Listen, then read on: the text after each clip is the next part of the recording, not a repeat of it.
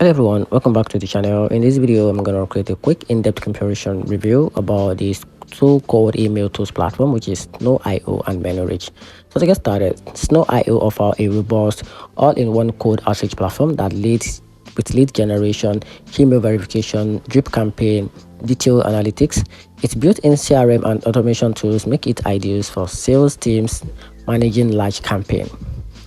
Manyreach, on the other hand, focus purely on cold email outreach with a modern, clean interface, easy campaign setup, and a strong emphasis on personalization. It's fast, beginner-friendly, and well-suited for freelancers, small teams, and agencies. With both tools are effective, Snov wins on features and scalability, especially for users needing advanced tools like domain warm-up, API access, or bulk prospecting. However, Manyreach is simpler, less cluttered, and more focused.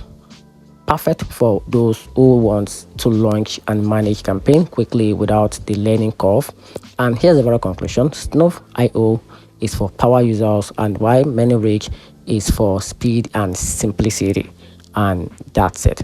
Hope you find the video more helpful. If you did, turn on the notification button and subscribe for more. Thanks.